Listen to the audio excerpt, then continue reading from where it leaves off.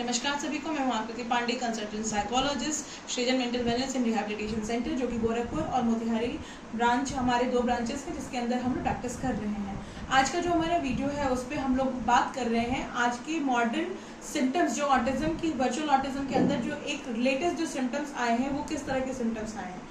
अभी जो सिम्टम्स आ रहे हैं ना, इसके अंदर बच्चे बहुत सारी चीज़ों को, आप जो कमांड बोल रहे हैं वो कमांड को वो फॉलो कर रहे हैं, और जो चीज़ें बुलवा रहे हैं एक समय के बाद उसको बोलने की भी कोशिश कर रहे हैं। अब ये पेरेंट्स को समझने की ज़रूरत है कि आपको इसके ऊपर अवेयरनेस रखने की ज़रूरत है, क्योंकि बच्चा आप जो बुलवा रहे हैं सिर्फ वही उतना बोलता है। 2 साल प्लस एज होने के बाद भी अगर बच्चा सिर्फ वही उतना कम्युनिकेट कर रहा है, या 1.5 साल के बाद अगर वही उतना कम्युनिकेट कर रहा है जितना आप सिखा रहे हो, और अपनी तरफ से उसके पास कोई भी वर्ड फॉर्मेशन नहीं है और अपनी तरफ से कोई एक्सप्रेशन, इमोशनल एक्सप्रेशन नहीं है, तो आप समझिए कि आपके बच्चे को ऑटिज्म है। तो ये आपके एक्सपर्ट्स को आप डिसाइड करने दीजिए कि आपके बच्चे को थेरेपी की ज़रूरत है या नहीं है। कई बार क्या होता है ना कि गार्जियन इस चीज़ को समझते नहीं है और सोचते कि मेरा बच्चा बोलने पर बोल ही रहा है, और बुलाने पर अगर सुन रहा है, कमांड फॉलो कर रहा है, तो वो ऑटिज्म में फॉलो नहीं करता है और उसकी ट्रीटमेंट समय से नहीं कराते हैं, और समय जाने के बाद उसका सिवियर केस हो जाता है। किसी भी बीमारी का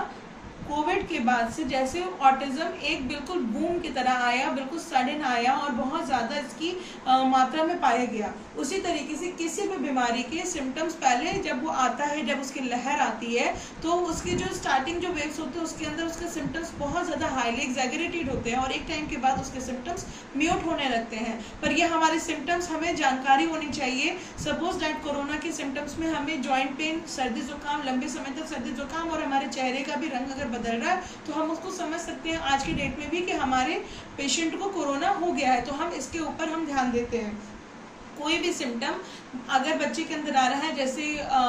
बहुत सारी जैसे फाइलेरिया की भी बीमारी है, तो ये सब ऐसी ऐसी महामारी है। उसी तरीके से ऑटिज्म, वर्चुअल ऑटिज्म भी एक महामारी की तरह आई हुई थी, और अब उसके म्यूट सिम्टम्स हैं। तो इसके ऊपर हमारी अवेयरनेस होना बहुत ज़्यादा ज़रूरी है कि हम ये समझ सकें और बच्चों को समय से और जल्द से जल्द ट्रीटमेंट करा करके उनको नॉर्मल लाइफ में आने का मौका दें। इसके लिए हमारी अवेयरनेस सबसे ज़्यादा ज़रूरी है, और बहुत ज़्यादा इसको आप सेटिस्फैक्शन अपने अंदर आप जितना ज़्यादा रखते हैं उतना ज़्यादा टाइम लगाते हैं, और जितना टाइम लगाते हैं उतनी रिकवरी आती है। दूसरी चीज़, बहुत से ऐसे पेशेंट हैं जो अपने बच्चों को ले जाकर के फोर्सफुल थेरेपीज कराते हैं, और फोर्सफुल थेरेपीज के बाद वो सोचते हैं कि अगर वो मेरे सेंटर पर आए हैं तो उनको बहुत फास्ट रिकवरी मिलेगी। आपको फास्ट रिकवरी जरूर मिलेगी, लेकिन ऐसे कंडीशन में नहीं। आपने फोर्सफुल थेरेपी कराई है तो बहुत हद तक पहले बच्चे को हमको डिटॉक्स ही करना पड़ेगा उस फोर्सफुल थेरेपी की वजह से भी, और जो प्लस उसके सिम्टम्स हैं, तो सारे सिम्टम्स और उसके वजह से जो उसके अंदर इमोशनल डिस्टर्बेंसेस क्रिएट हुए